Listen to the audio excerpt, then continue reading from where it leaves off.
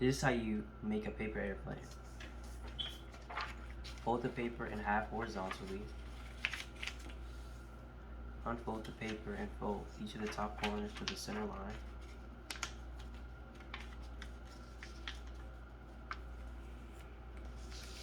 Fold the top edges to the center line.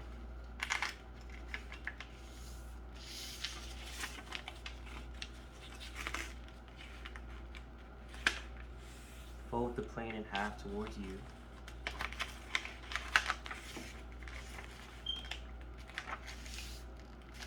Fold the wings down, matching the top edges up with the bottom edge of the body.